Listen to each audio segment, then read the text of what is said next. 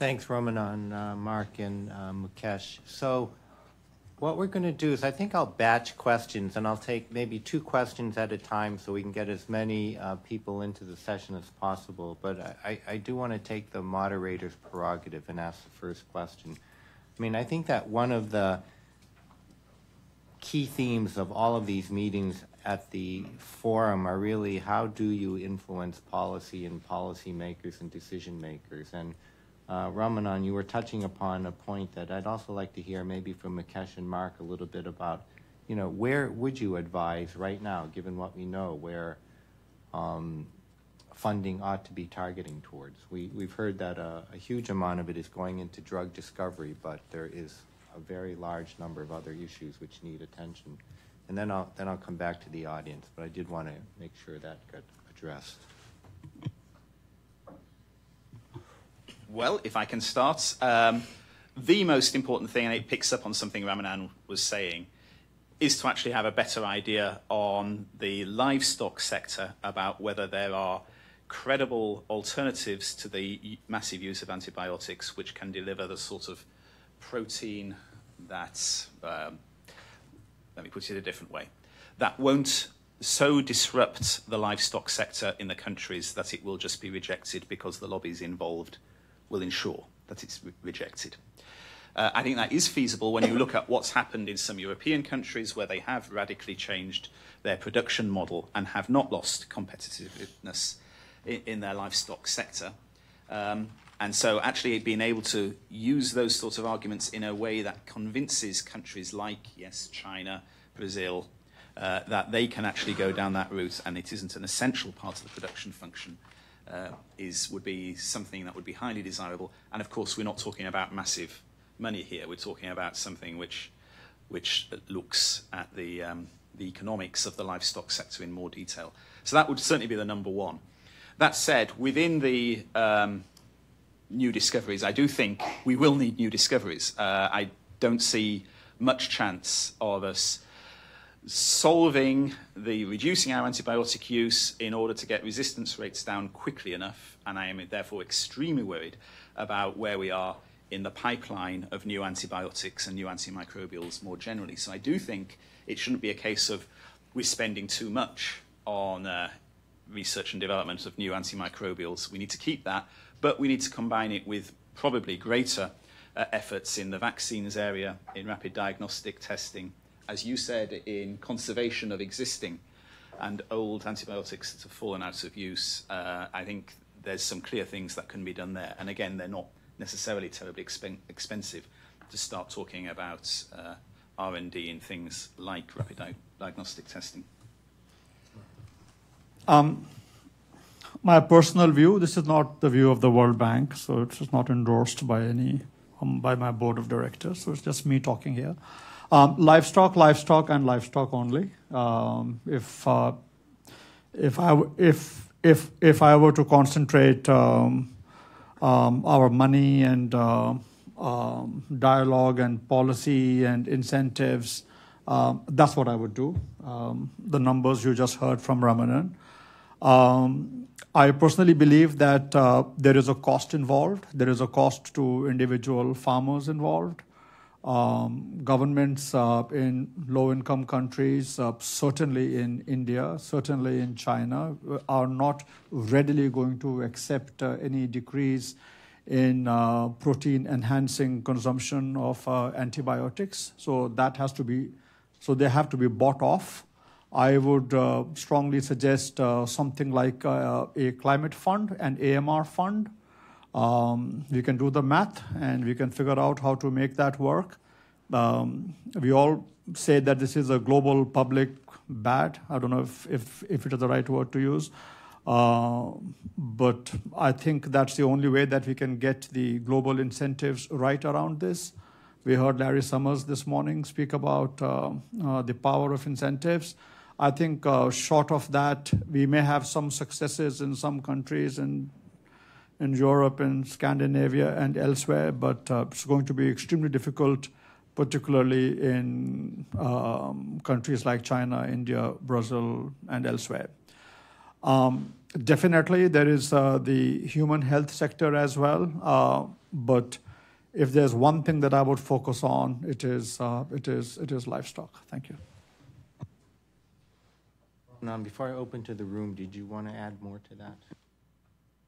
I just wanted to add something, which is, we're also thinking. I think it was Larry who actually talked about what Barry Bloom had said, that focusing on improving iron lungs when they, instead of focusing on vaccines. I think there's an element of that in the way we're approaching the problem here as well, which is, what about bacteriophages? What about quorum sensing bacteria? What about monoclonal antibodies? What about other things? If we've not changed the way in which we deal with infectious diseases, both in animals and in humans, and to change the way in which we deal with prophylaxis needs, and we're doing it the same way 30 years from now as we're doing it today, there's something profoundly wrong in what investments we're making in R&D. So I'm certainly not opposed to the R&D expenditure. I think it's great to have. So that wasn't the point I was trying to make. I was just trying to say that a lot more needs to be on conservation, but the R&D also has to be much more future thinking rather than saying, I had a toy, it broke, and I want that toy back. So let me take two questions. I think, Mary, you had yours up first, and then Peter, and then we'll go around the room. We'll get everybody. Thank you to all the speakers. I would like to have any or all comment on the potential benefit of using vaccines, and not only in human populations, but animals, livestock can also be given vaccines, as can fish. So how much reduction could we get in antibiotic usage by using vaccines more extensively? And I want to stay on the livestock theme. The example that you gave, Mark, of the pork production in Europe is often cited as a success story. Antibiotic-free production of pork. How scalable is that really? Is this just a niche because that country has a very high-end market, or is this really truly scalable to a place like China?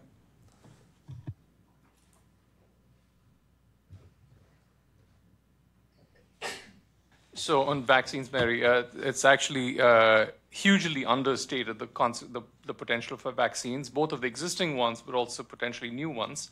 The two pathways there are, one, you prevent infections that would have been resistant or may have needed antibiotics. So preventing the resistant infections itself is good, and that has huge potential for things like tuberculosis, where you don't have the infection at all in the first place. The second pathway is a little less clear, which is on the antibiotic consumption, where we know a little less there. But this is still work in progress. If I could take Peter's point, so Peter, we actually, the paper that Mukesh was referring to, the cost of actually removing antimicrobial growth promoters, a paper that we did with the OECD, the estimate was about $1.50 per pig for removing the antimicrobial growth promoters and replacing it with more labor and all of that stuff. So that's a choice. Do you want to spend $1.50 more per pig to not have the antibiotics in there? And that's not a one-off figure. There's a similar USDA study that has a very similar sort of an estimate right there. And in fact, production facilities in places like India and China, because they're new and they're being built right now, are truly state-of-the-art. The factory farms are state-of-the-art. It is possible for those facilities to produce animals without antibiotics, in fact, much more easily than retooling a number of farms here in the US, as an example. I think the fact that Ramanand's the OECD's expert on this means that it's not really much point in me adding anything, except I would like to emphasize his last point. We seem to have an image that somehow what's going on in China and India is very, very much kind of the old backyard production. It really isn't anymore. This is not an area that's unregulated or is outside the law and we don't know what's going on. It's really, really changed. And I think, therefore, yes, it is feasible. There may be a small cost. Even that is disputable given the relative labour costs in those countries.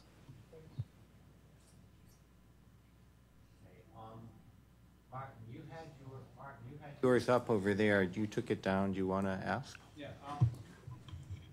Looking at, I'm concerned about, I don't dispute the cost and burden of antimicrobial resistance. I think what we have, I think what the issue is something to do about it. So when Mark presented a cost effectiveness and there was those estimates of effectiveness, even in hospitals, I know from studies that there is a short lifespan of some of those interventions. Nurses and the staff wash their hands industriously from anywhere from 2 weeks to 2 months to 6 months. And then unless there's somebody really doing a really good job following up and nagging them, the effectiveness and the attention to detail wanes. And a lot of these interventions that people talk about in terms of reducing antimicrobial resistance, in my mind, really aren't sustainable. They don't last long term.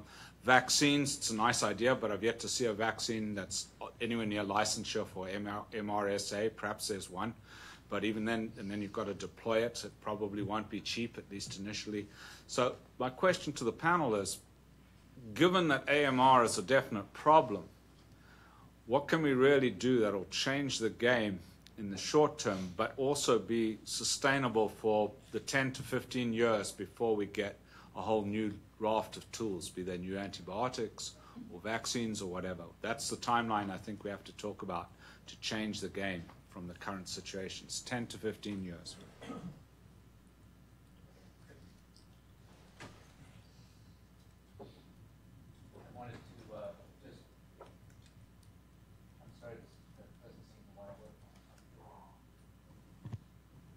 So one thing that hasn't been brought up but may influence how we use antibiotics in the future, both in maybe how much we use and for what reasons, but also this other issue about are there other things that we need to be thinking about in order to address infectious diseases, is the impact on the microbiome. And I see this as a area of study that's going to just explode over time, and may be very influential in how we use antibiotics and maybe other types of therapies.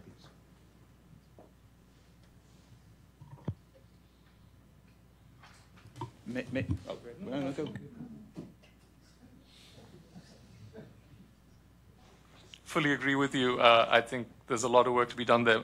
Martin, the point about the vaccine is you don't need a MRSA vaccine. Even the pneumococcal conjugate vaccine, which is available, can prevent the need for antibiotics, and potentially having a TB vaccine can prevent resistant TB infections as well as it does sensitive TB infections. In fact, the pneumo vaccine actually reduces both susceptible and resistant disease. So there's lots of tools out there right now that we can increase coverage of to reduce the need for antibiotics. But I agree with you that those are potentially, they have greater longevity than behavioral interventions that may take longer in the short term. But perhaps once a certain social norm has been achieved, then it stays. But you're right that many of those interventions tend to sort of wane after the intervention has. On the issue of how we survive the next 10 to 15 years, given that you are dubious about the cost effectiveness, there's a technical answer and a slightly less technical answer. The technical answer is, in terms of the modeling that I presented there, we built decay into the assumptions there. That's, again, based on the literature. It's pretty well, as you say, documented that, yes, hand hygiene, it works great for a short period, and then it pretty rapidly fades away. So we did build in various assumptions there, again, based on the various reviews that have been done. So to some extent, my answer would be the cost effectiveness, at least, is still survives. That's within the model that we have built in the decay for the hand washing and for the mass media. The others are more structural, and so in fact we haven't built decay in. I mean, so delayed prescription, we assume you can, if you have a delayed prescription policy, that will remain in place. So that's the idea that you have to come back to the person who's given you your prescription after, say, 3 days before you can actually get the antibiotic, so that if you don't really need it, maybe you'll have recovered in time, and has big effects on antibiotic use. So that would be the technical response.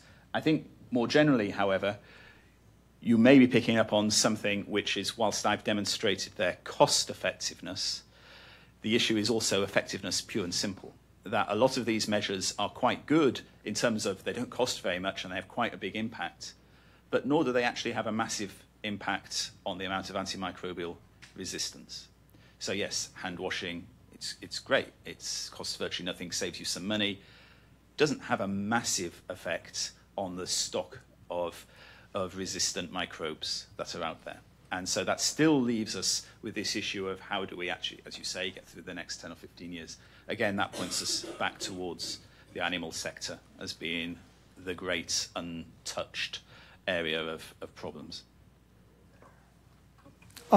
Just to pick up on the last one, I will repeat what I said earlier. I think the quick win is in the animal sector. If 80% of all antibiotic consumption in countries like China and closer to 60% in countries like India is in the animal sector, I don't have the numbers in front of me, but I'm sure Ramanan has. He's a walking encyclopedia of what percentage of that is for enhancing production, which I believe is pretty high. And if we, and I'm not entirely in full agreement with my mark here, not that mark, but this mark here, that production facilities in countries like India have become modern and therefore are concentrated, and therefore it is feasible to introduce kind of measures to contain use of antibiotics. But if that is the case, then that is the quick win, and that is what I would strongly recommend that we focus on. And frankly, not much is known. So in fact, at the time when we were doing the costing study at the bank, Ramanan, the only study that we could really find that we could use was the one that you did 3 years ago, which then tells us that this is one easy area of research that we are kind of sort of missing out on. Was it not a very good study? It was, as a comparison from 1 to 0, it was infinitely good. So let's go to this table here, then we'll come back to this table over here. So, Anand? Thank you for the discussion panel. I just wanted to ask about the equity dimension of antimicrobial resistance. So, as I understand it from the economic estimates, much of the actual global loss is driven by morbidity, mortality, and economic loss in the low and middle income countries. And the pathogens that are typically sort of pointed to there are HIV, TB, and malaria.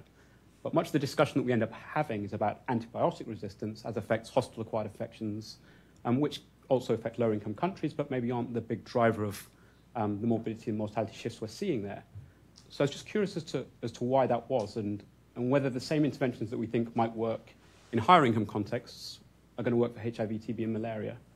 And if not, what should we be doing? Thank you. Excellent presentations and a fascinating session. I think I think it's important to realize that the proper use of antibiotics is a global public good, and that the evidence suggests that antibiotics are very cost effective for what they're intended to do. And so, this is a challenging area, which I think your presentations really highlighted.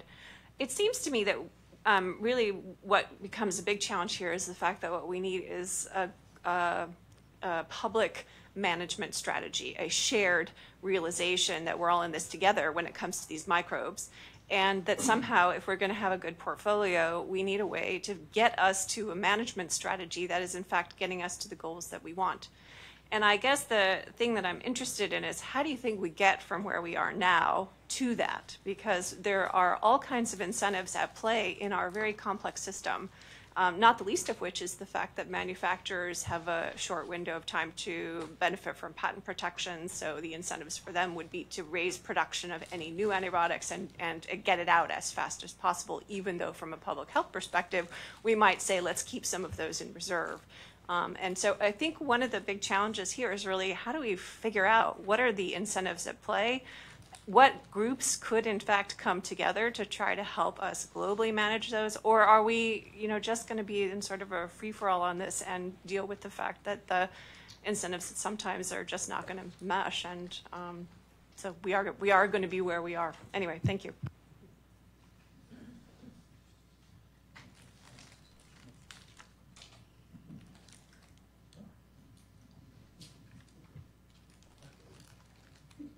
we're arguing about who's going to address which question. If I can answer yours, Kimberly, I mean, my colleagues at Unitaid do a huge amount of work trying to understand what might be different about things like AMR, TB, and HIV. The thing that they would say is the big difference in the effectiveness of the strategies that have been followed to deal with those three diseases is civil society involvement. And they would say it's far, far stronger for HIV than it is for TB, and it's virtually non-existent for AMR. It's there, but it's, frankly, they're the people who normally speak to the UN agencies. They're not really embedded in the population. As a result, they would argue, and I think convincingly, that it actually is quite difficult to actually mobilize populations to take difficult decisions about things like putting more money into something, about restricting your access to antibiotics when everybody knows antibiotics are wonderful things, and you know, if a doctor is being told that he can't give you an antibiotic, that has an effect. And we've seen it in many of the campaigns in places like Belgium and Finland, which, credit to them, they persisted in that. But the reaction of the population to being told that they were having to reduce antibiotic consumption was a political problem. And so the failure to actually find a way to connect the wider population and civil society more generally into some sort of movement around AMR is probably one of the biggest reasons that we find it difficult to make progress. And hence, you're left with, if you like, the lobbies, the livestock lobby or the pisciculture lobby or whatever, because they're their jobs, and people understand jobs. People don't understand the fact that way down the line, their grandchildren may not be able to have a hip replacement, for example. It's a difficult sell. So, quick answer, Anas. I think you raise a very good point. In fact, HIV was different because transmissible HIV resistance was less of an issue till really a few years ago. It was seen mostly as an internality, therefore it sort of was not amenable to this sort of thinking. TB is definitely part of the mix. TB is definitely much more in this way. And malaria has always been around, that we've always had a drug resistance issue, and probably in the immediate future, that is where the numbers are going to be largest if and when artemisinin resistance really gets out of control. So fully agree with that. Kim, in 2001, on 9/11, at 10 a.m., there was a report that was to be launched by WHO with a lengthy list of things to do to deal with AMR. Of course, the timing was not great because they hadn't consulted with Osama bin Laden, and poor coordination by WHO. And also, the fact is they wanted, a very lengthy set of interventions, much lengthier than what was presented today, in order to solve the problem. At that time, because resistance was so low, that the idea that people would seemingly fix the entire health system just for AMR was a bit nonsensical. There were other reasons to do it, but you don't improve pharmaceutical supply just to fix AMR. You do it for many other reasons. Today, AMR has become the engine, in a sense, of many of these other interventions. It's sort of reversed in a sense because the health consequences are much greater, and therefore it is possible that AMR, as an integral part of the UHC agenda and primary care agenda, will be able to move things forward in a way that it was not able to for these reasons. It was just seen as requiring too many fixes, and why would you do that for a problem that hadn't sort of really reflected itself in the morbidity and mortality numbers until then. That's what I think, at least. I'm slightly more pessimistic, and especially for countries that have fragmented and unregulated healthcare systems. I believe that it is, and it's going to be in the foreseeable future, extremely difficult to manage prescriptions and to manage the use of antibiotics for all sorts of reasons. One that Mark said, it is a whole political thing. When I go to a doctor in India, for instance, I get an antibiotic immediately. I can go for anything. The first thing that the guy does is, since you are here, have this antibiotic. And I find that in a very large number of countries I've traveled in large number of and in a number of different places, I am therefore much less optimistic, at least in the foreseeable future, in those kind of countries, where the systems are more regulated and they're more centralized. I still remember we did a study way back in 1997, 98 on the use of antibiotics in Poland, and at that point of time, it was deemed to be extremely high use. 10 years later, it came down dramatically. Today, it is doing pretty well across all averages. It is not so much because the doctors there are more responsive or the government there is more this. I think it's just a lot to do with the nature of the healthcare system, the regulation, the kind of regulated nature, the single payer or at least common payers, and all of those kinds of different models, which I think have a good role to play in this. Thank you. Dennis and Carlos.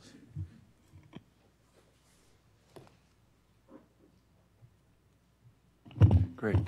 Mukesh, I want to come back to your observation that others seem to be supporting, which is the idea of the livestock sector really represents a major area of needed focus. And the discussion began around how to create policies, influence policies to impact on antimicrobial resistance. In the case of livestock production, the biggest policymakers there are the private sector. They're the ones that are making decisions about how monies are spent, what investments are made. And we've seen over the last couple of years a number of major multinational livestock producers come to their own internal conclusions that the economics of antibiotic use, certainly for growth promotion, is in fact a net negative. And they've moved in the direction of promoting greater stewardship of antibiotics, not because it's a good neighbor thing to do, but the economic bottom line really drives them in that direction. Question I would have is, how do you expand that kind of thinking within the livestock industry, that if it's going to be driven by the profit motive and it's going to be driven by private sector investment, as opposed to strict regulations from government, is there a way of incentivizing the private sector to become more of a catalyst for change based on sort of the perceived economic benefits of good stewardship along those lines?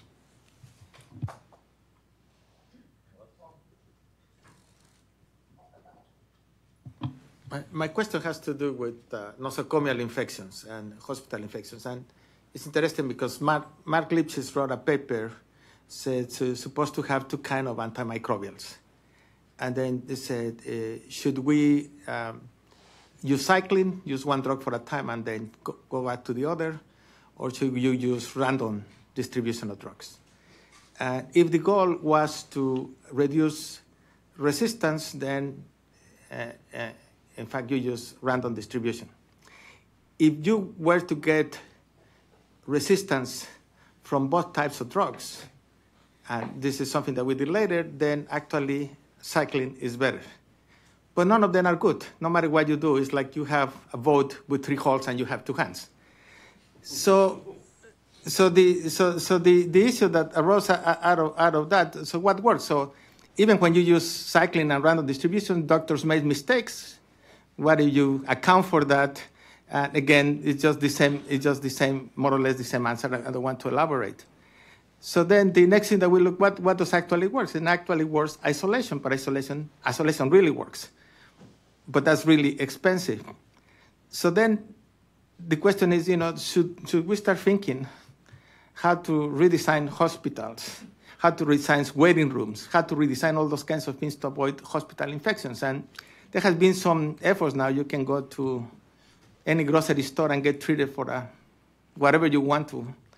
And the question is that the right venue to go and get treated? And you have people waited. So one of the general ideas is, how do we deliver this drug and how we treat people with those? There are really ways to do it, but it seems to be incredibly expensive.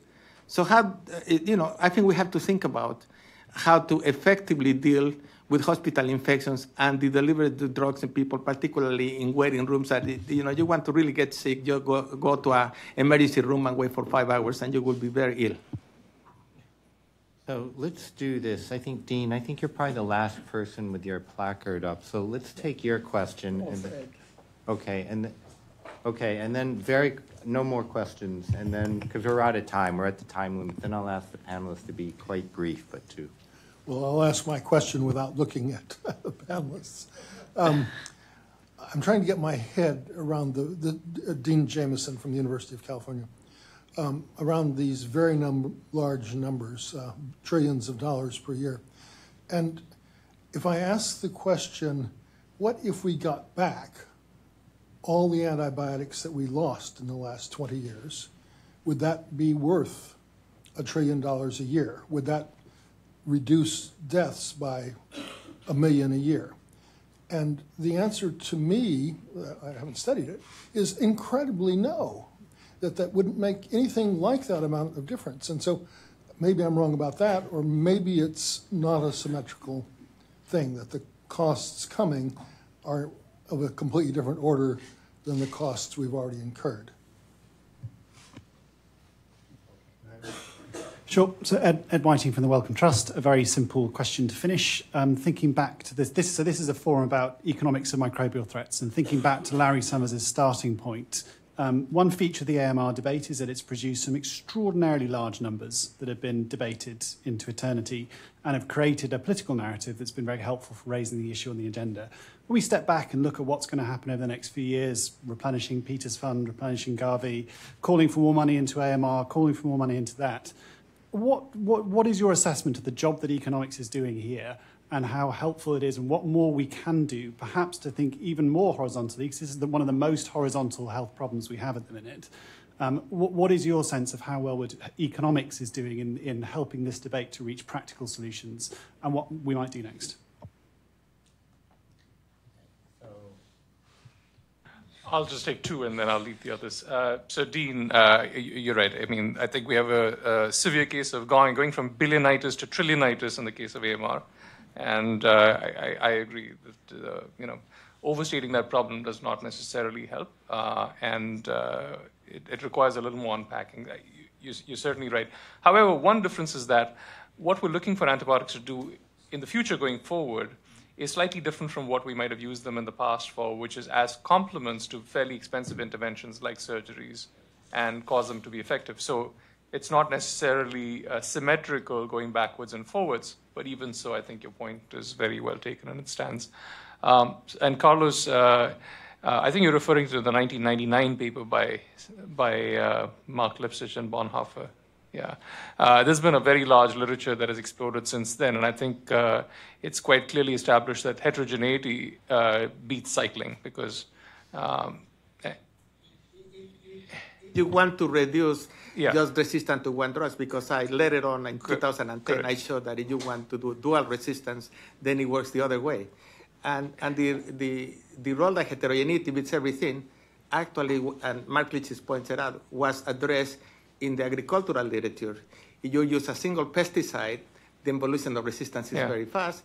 If you sort of fragment the environment and use different pesticides, so to speak, then you slow it down. But still, you get high levels of resistance. But if you use isolation, then it works, but it's expensive. And the question is, do we need to rethink how we deliver this and where we deliver them to reduce the evolution of resistance of antimicrobials? And that's the question. I think that's more in the nature of a comment, which you're right. That's a testable hypothesis, and probably the answer depends on the cost of isolation and so forth and cohorting, and where it makes sense. That's probably the right thing to do.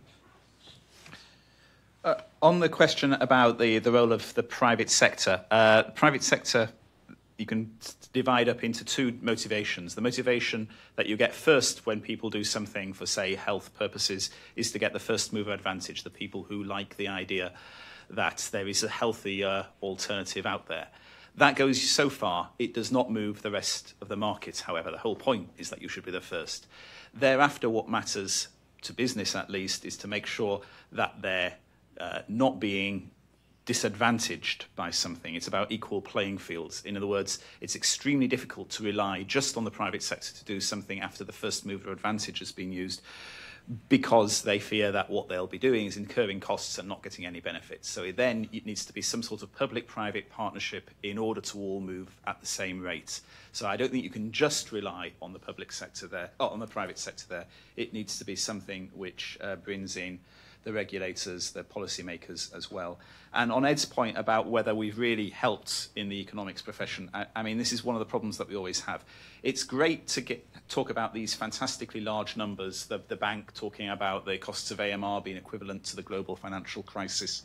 That gets things under leaders' eyes. It's actually, however, it doesn't necessarily help hugely in finding solutions, because the numbers become ridiculously large and almost scarily large when you're starting talking about, to solve this problem, we need to be spending this many billions here, there, and everywhere. If you break this down into the different people and how much, different actors and how much they need to spend, if you look, for example, at some of the numbers I was talking about in terms of the cost-effective investments, you're talking about small amounts of money per person, even per person within the health sector. And you're talking maybe about tens or hundreds of dollars per person investment required in order to make a difference. And I think that's a general problem that we often have in economics. Yes, we're quite happy talking about billions. It doesn't actually help to move policy quite as much. You need to get down to something that actually works at the hospital level in terms of the investments that they will be making.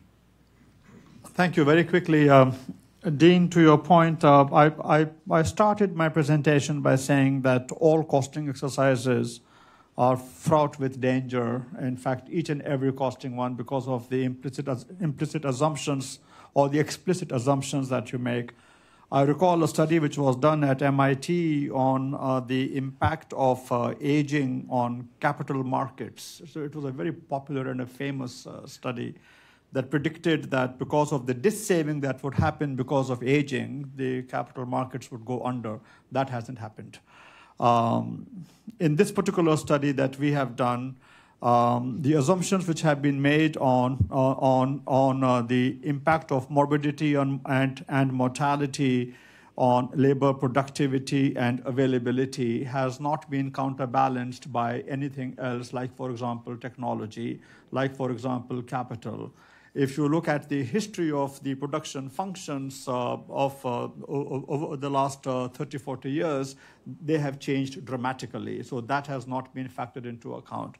But having said that, it is definitely in terms of, if you see the health costs, again, the assumptions are that there is nothing major or dramatic breakthrough that is coming through, or that people are going to be living with these problems, because if they don't live, then there is no health cost, at least. So there are many things which one can therefore discuss and argue, and I'm with you on that. On Ed's question, which I think is fantastic, and the merit of this initial work, as Mark said, is to at least get us to start thinking about the economics a little bit more seriously. This forum that we are sitting on here just now is, what, 15 years old, 18 years old? And so we have been talking about this all, but it only catches the public imagination when either something dramatic like a pandemic happens. Please, you were part of that study, that work that Peter led on panic and neglect. We are going through one panic right now as we speak of DRC, Ebola. And but if we talk of real economics, this is accounting. I don't believe in costing. This is accounting. The economics would be the actual study of incentives. Economics would be asking a very, very specific question. What is it that would take, or the kind of question that Dennis is saying that, how do I get the private sector to get these kind of incentive-compatible mechanisms in place that they themselves believe that they need to get rid of meat effects of, or the positive effects on meat production of antibiotics, because they believe that they can market their product, which will be lower in quantity, but at a higher price. Maybe in some markets it may work, in some other markets it might not work. So it has to get to that kind of economics. It has to get to that real economics. Accounting oftentimes is necessary to get the economists active. If you don't do the accounting, if you don't start counting your numbers first, then nobody will listen to the economists. Okay, so I think we've run over time. I'm sorry, apologies, but it was a fantastic discussion. I want to thank the panel again.